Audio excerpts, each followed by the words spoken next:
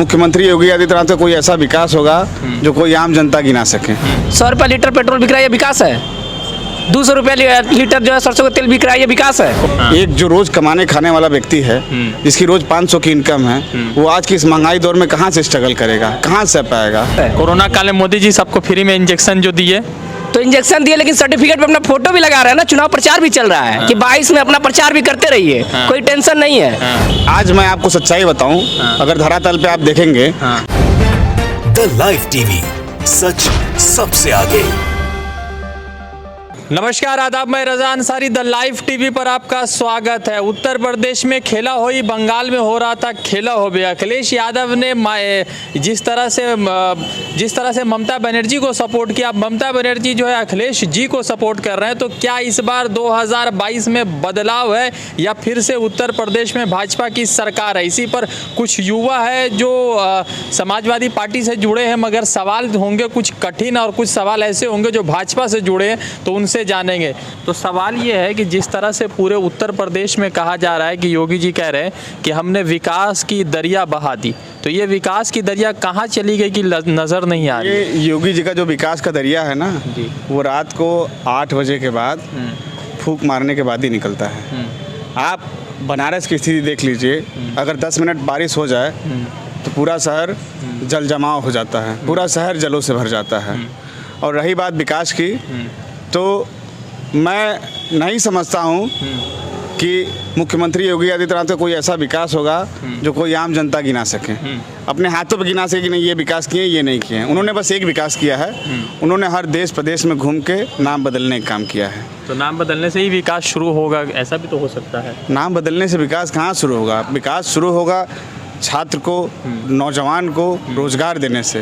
विकास शुरू होगा कि जो कोविड में पिछले साल जो मृत्यु हुई थी उसको सीख कर आप सही किए होते तो जो बनारस में मृत्यु दर था वो कम हुआ होता। विकास इससे होगा। विकास जब देश का नौजवान रोजगार पाएगा तब जाके विकास होगा ना। ये योगी जी के कहने विकास ना, शहर बदलने से आपका नाम अब्बास से हम बदल के आपका नाम अमित रख देते तो आपका विकास हो जाएगा। ये संभव है? अगर ये संभव है तो बताइए, हम लोग भी चल के सबका नाम बदलना स्टार्ट किया जाए। अरे हमारे रक्षा मंत्री पूर्वांचल के हैं, चंदौली का। चंदौली घूमिए, विकास देखिए क्या है। चंदौली आज का जंगल रह गया। हमारे यहाँ के रक्षा मंत्री हैं, पूर्वांचल के बहुत बड़े नेता, आप भी जानते होंगे। नाम बताइए जरा। राजनाथ सिंह जी। अच्छा, राजनाथ सिंह तो कह रहे हैं कि उनके राज्य में बहुत विकास होता है। कहाँ विकास है? 100 रुपये लीटर पेट्रोल बिक रहा है, ये विकास है। 200 रुपये लीटर जो है सरसों का तेल बिक रहा है, ये विकास है। कोरोना काल में मोदी जी सबको फ्री में इंजेक्शन जो दिए, तो इंजेक्शन दिए, लेकिन सर्टिफिकेट पे अपना फोटो भी लगा रहे हैं ना। चुनाव प्रचार भी चल रहा है कि 22 में अपना प्रचार भी करते रहिए, कोई टेंशन नहीं है। अरे बहुत सारे, आपको पता है 2008 या 9 में लगभग एक इसका इंजेक्शन लगा था पोलियो का, कांग्रेस के राज में। उन्होंने रिकॉर्ड बनाया था, लगभग 17 या 18 करोड़ एक दिन में लगा दिया था। तो वो तो नहीं बांटे। मनमोहन सिंह जी क्या बोले, वो उछड़ के कि मैंने फ्री में वैक्सीन 18 करोड़ लगा दिया और आप लोग बताइए देशवासियों में कैसा हूँ, ये हूँ। तो ये नहीं चलेगा। अरे बोल नहीं पाते थे ना। देखिए एक बात बताएं, जो चुप रहता है वो बहुत बड़ा ज्ञानी होता है, और जो बकबक करता है, ये बताइए हमको, वो कहते हैं मैं चाय बेचा। चाय बेच लिए। जब वो चाय जब स्टेशन में बेचते थे तो पढ़े कब? और फिर 12 साल तपस्या कहाँ की? वही हम पूछना चाहते हैं। देश को भ्रमित बहुत कर चुके हैं युवा नौजवान, उनसे एकदम उब चुके हैं 7 सालों में, या 8 साल लगभग पूरा हो जाएगा अगले साल।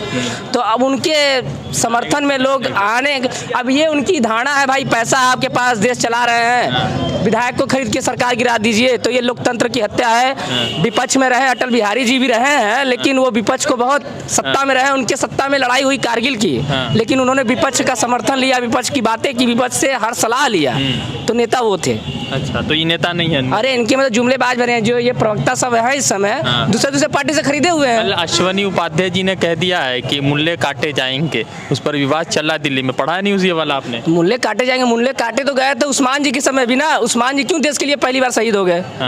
मेरे अंदर मोदी जी की पूरी भावना बढ़ी है, सबका साथ सबका विकास। जैसे वो सबका साथ सबका विकास की बात करते हैं, तो मैं सच में सबका साथ सबका विकास की बात करता हूँ। उनकी तरह नहीं कि उनके पार्टी का कोई प्रवक्ता आके बोले मूल्य काटे जाएंगे। साध्वी प्रज्ञा ठाकुर हिंदू आतंकवाद को बढ़ावा देती होती हैं। तो सच में सही मायने में हम लोग समाजवाद की अवधारणा को लेके समाजवाद का हम समर्थन करते हैं, ना कि हम यादव का समर्थन करते हैं। तो बीजेपी के लोग कहते हैं कि समाजवादी में परिवारवाद चल रहा है। समाजवाद में देखिए समाजवाद, मैं अवधारणा की बात कर रहा हूँ, मैं कांग्रेस की बात कर रहा हूँ, मैं समाजवादी पार्टी की बात कर रहा हूँ। जो समाजवाद की बात करता है, आपने एक सोशलिस्ट वर्ड सुना होगा। जी। सोशलिस्ट वर्ड जब इंडिया इंडिपेंडेंस पाया था, उसके बाद पहले बजट में ही सोशलिस्ट शब्द की बात की गई थी। तो उस समाजवाद की अवधारणा को हम लेके आगे चल रहे हैं। समाजवाद का मूल काम क्या होता है? सबका साथ, सबका विकास, सभी तबकों को लेके आगे बढ़ने का, ना कि हम बोलें कि मूल्य काटे जाएंगे,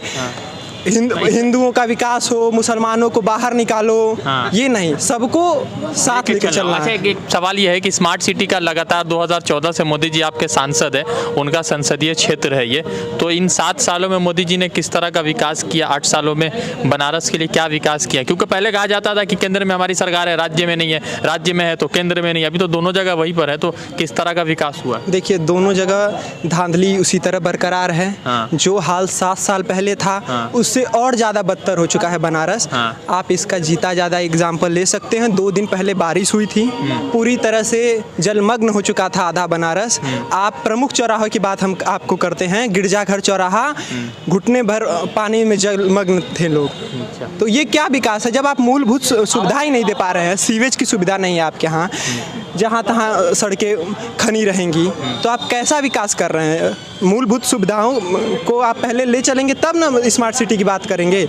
स्मार्ट सिटी में स्मार्ट लोग रहेंगे। आप बहुत बड़ी बात को मानते हैं कि मुसलमानों को कम देखा जाए और जो गैर मुस्लिम है, जो हिंदू भाई हैं, उनको ज़्यादा देखा जाए, क्योंकि ये लगातार चल रहा है इस चीज़ पर, तो क्या इस बात को मानते हैं? नहीं, देखिए, आप अगर सबका साथ सबका विकास की बात करते हैं, मोदी जी जो सब बात किए थे कि सबका साथ सबका विकास की अगर बात किए थे, तो उनको सबको साथ लेके चलना चाहिए। हिंदू मुसलमान सब आपस में भाई भाई, यही तो है समाजवाद, यही चीज़ होती है समाजवाद। अच्छा, ये क्या मानसिकता है कि भाई नाम बदल देंगे तो सही होगा? क्योंकि नामकरण करने में तो करोड़ों रुपए सरकार के खर्च होते हैं, जो हम जैसे टैक्स पेयर ही पे करते हैं। नहीं, योगी जी को लगा, देखिए, जो हमारे देश के मुख्यमंत्री, जो पूर्व मुख्यमंत्री थे आदरणीय अखिलेश यादव जी थे, उनका विजन इतना बड़ा था, उन्होंने पूरे, हमको लग रहा है, वर्ल्ड लेवल तक घूम के अपने विजन को साकार करते हुए बताया कि जो डायल 100 है, इतनी बेहतर सुविधा दी है वो, कि आज अगर किसी गरीब कुनबे या कहीं पे जो पीड़ित है, वो अगर एक फ़ोन करता है, 10 मिनट में पुलिस उसके पास आ जाती है, उसके समस्या का निवारण होता है। अब पूरे प्रदेश में 19 लाख लैपटॉप बांटने वाले अकेला वो मुख्यमंत्री रहे हैं। अब मैं इनको बताना चाहूँगा, इन्होंने पूरी घोषणा की थी, उसमें दिए थे कि मैं पूरे प्रदेश में जो विद्यार्थी पास हुए उनको लैपटॉप दूंगा, और उनमें वाईफाई फ्री करने के भी कोई बात किए थे, लेकिन उनका घोषणा पत्र धरा का धरा रह गया।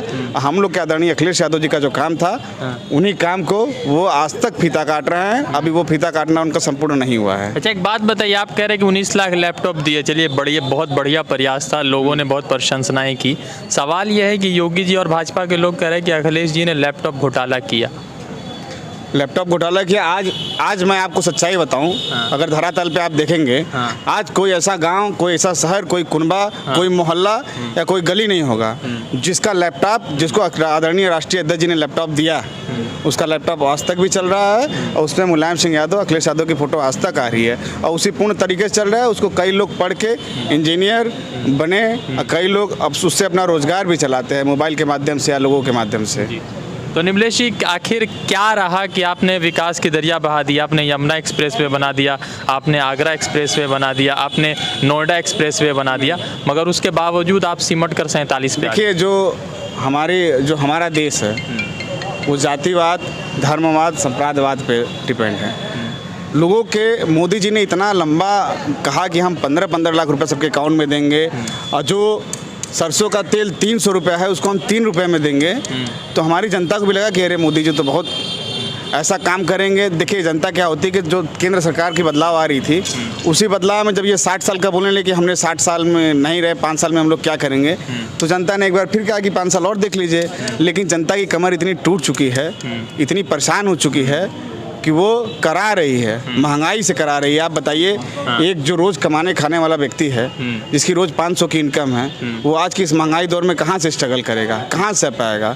जो मध्यम वर्ग है, वो अपने बच्चों को उच्च शिक्षा नहीं दे पा रहा है, भरण पोषण में परेशान है कि हम अपने बच्चों को बस किसी तरीके से पढ़ा लिखा लें, चाहे उसके लिए लोन का कर्जा पड़ा है, सब कर्जा पड़ा है।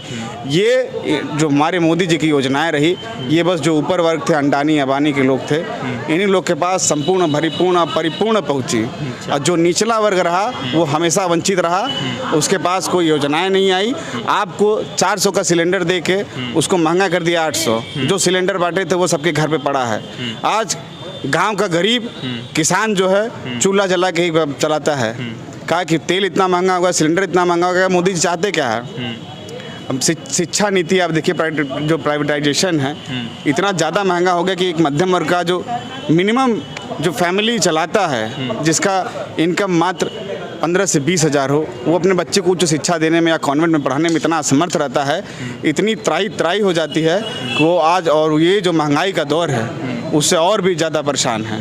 तो क्या लग रहा है इस बार कितने सीट से आ रहे हैं आप लोग प्रदेश में, या अब योगी जी ही रहेंगे? नहीं, इस बार समाजवादी पार्टी पूरे प्रदेश और पूरे जनपद में 400 प्लस सीट लेके आएगी। 403 सीट है तो 400 प्लस सीट लेके आएगी, 401 लाएगी, 402 लाएगी। बीजेपी को एक भी नहीं दीजिएगा आप लोग? ना, बीजेपी को एक भी नहीं दीजिएगा हम लोग। ये हम लोग संकल्प लेते हैं। और ये यहाँ पे जो खड़े नौजवान हैं, मैं यूनिवर्सिटी का प्रेसिडेंट हूँ, मैं देख रहा हूँ कि यहाँ की स्थिति क्या है। लोग शिक्षा के लिए कितने परेशान हैं। योगी जी की तानाशाही इतनी, कभी फीस बढ़ा दी जाती है। हम लोग के विश्वविद्यालय में एक चूड़ी बेचने वाला से लेकर, एक रिक्शा चलाने वाले से लेकर, एक उच्च वर्ग का मध्यम का परिवार पढ़ता है। तो योगी, अच्छा, मोदी जी के ऊपर आप लोग इतना कटाक्ष कर रहे हैं, मगर मोदी जी ने तो जो भी वादे किए थे, चुनावी वादा, धारा 370 हटाया, अयोध्या में मंदिर का निर्माण शुरू हो चुका है, तो वो तो अपने वादे को पूरा, संकल्प को पूरा तो कर ही रहे हैं। नहीं, देखिए, एक वादा ये भी था, बोल रहे हैं, उनका एक वादा था कि मैं हर साल 2 करोड़ नौकरियाँ दूंगा। कितने साल से मोदी जी हैं? 7 साल हो गए। 7 साल से मोदी जी हैं, तो हम ये नौजवान बेरोजगार नहीं बैठे होते। अगर 2 करोड़ की बात होती तो कहीं ना कहीं 8वें 7वें करोड़ में हम लोग का नंबर आ ही जाता रोजगार में। तो इस वजह से वंचित है नौजवान। आज नौजवान परेशान है, अपनी शिक्षा नीति को लेकर परेशान है, अपने परिवार को परेशान है कि किस तरीके से हम अपना भरण पोषण करेंगे और अपने आने वाला भविष्य किस तरीके से तय करेंगे। तो इस बार जो है यूथ क्या सोच रहा है, क्योंकि लोग ये कह रहे हैं कि मोदी जी के आने से बनारस बहुत हेवी स्मार्ट सिटी की दिशा की तरफ बढ़ रहा है। मैंने कहा ना, 10 मिनट अगर बारिश हो जाए तो पूरे बनारस में जल जमाव हो जाता है। तो स्मार्ट सिटी में तो स्विमिंग पूल भी तो आता है। तो स्विमिंग पूल सड़क पे मिलती है आपकी, और स्मार्ट सिटी में कई जगहों मिलते होंगे, यहाँ पे सड़क पे मिल जाएगी स्विमिंग पूल आपको। 15 लाख रुपया निमलेश जी आपको भी नहीं मिला? 15 लाख हमको मिला तो सर हम आपके साथ नहीं रहते हैं, वार्ता नहीं कर रहे होते हैं। चलिए, धन्यवाद। कुछ और साथी विद्यार्थियों से बात करें। क्या नाम हुआ सर आपका? मेरा नाम अफसार अहमद है। अन्वेश उपाध्याय उनके जो है महासचिव, पूर्व जो है स्पोक पर्सन रहे, उसने कहा कि मूल्य काटे जाएंगे, ऐसा नारा चला है पूरा जो है दिल्ली में चल रहा है। तो ये भाजपा के लोग मुसलमानों से ना नफरत काय करते, तो एक ही मरतबा में ऑर्डिनेंस पास करके सबको पाकिस्तान भेज दिया जाए। देखिए, बात क्या है, पहले आप एक बात इनसे बोले अध्यक्ष जी से कि 370, ठीक, राम मंदिर एक ले लीजिए, तो राम मंदिर 370 को देख रहे हैं आप, तो एक काम उनसे ये भी बोलिए, उरी बालाकोट जो स्ट्राइक किए हैं, और जो ये पुलवामा में हमला हुआ, जो हमारे 40-50 जवान मरे, उसका रिपोर्ट आज तक आपको मिला क्या? तो टिकटॉक तो बंद करा ही दिया ना सरकार। तो मिला क्या आपको? मिला क्या? नहीं मिला ना। तो उनसे वो भी रिपोर्ट मांगिए ना कि हर जांच को 10 मिनट में आप सॉल्व कर रहे हैं, लेकिन जो हमारे जवान मर रहे हैं, और अभी छत्तीसगढ़ में जो हमला हुई है, वो चुनाव के पहले ही क्यों होती है? क्यों होती है, हमको ये नहीं समझ में आया। उसमें भाजपा के पूर्व जिला अध्यक्ष चौधरी के ट्रैक्टर ले जाने में पकड़े गए, ये भी तो उनसे पूछिए। सिर्फ हर काम विपक्ष, राहुल गांधी, अखिलेश यादव, मुलायम सिंह, अरे मुलायम सिंह यादव वो नेता है जो एक बार पहली बार अच्छा मंत्री बने तो देश के जवान जब शहीद हुए तो अपने घर तक आए। क्यों आए? वो उन्होंने उसको लागू किया कि कोई जवान अगर हमारा देश के लिए शहीद होता है, वो तिरंगे में लिपट कर कम से कम अपने घर तक जाए। तो ये काम कौन किया? माननीय नेताजी मुलायम सिंह यादव जी ने। ऐसा नेता आपने कभी देखा क्या जो देश के लिए इतना कुछ करे?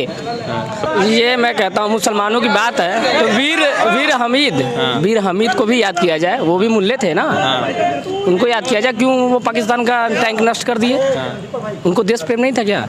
तो ये सब गलत बातें हैं। ये सब भाजपा हिंदू मुसलमान करके सरकार में आती है, लेकिन अब जनता समझदार है, सब भाई भाई हैं। तो लगातार उत्तर प्रदेश के चुनावी कवरेज पर है, कुछ साथियों से, कुछ विद्यार्थी साथियों से बात किए हैं और उनका विचार जानने की कोशिश की। इतना लोगों का ये कहना है, विद्यार्थियों का ये कहना है कि योगी जी का कार्यकाल खराब रहा, अखिलेश जी बेहतर है। तो हो सकता है कि किसी एक पार्टी को ये सपोर्ट कर रहे हो, मगर सवाल जरूरी है कि 2022 का चुनाव बहुत ही भीषण होने वाला, बहुत अहम होने वाला। रजा अंसारी की रिपोर्ट द लाइव टीवी के लिए बनारस से। जुड़ते दूसरे अपडेट के साथ, धन्यवाद। द लाइव टीवी, सच सबसे आगे।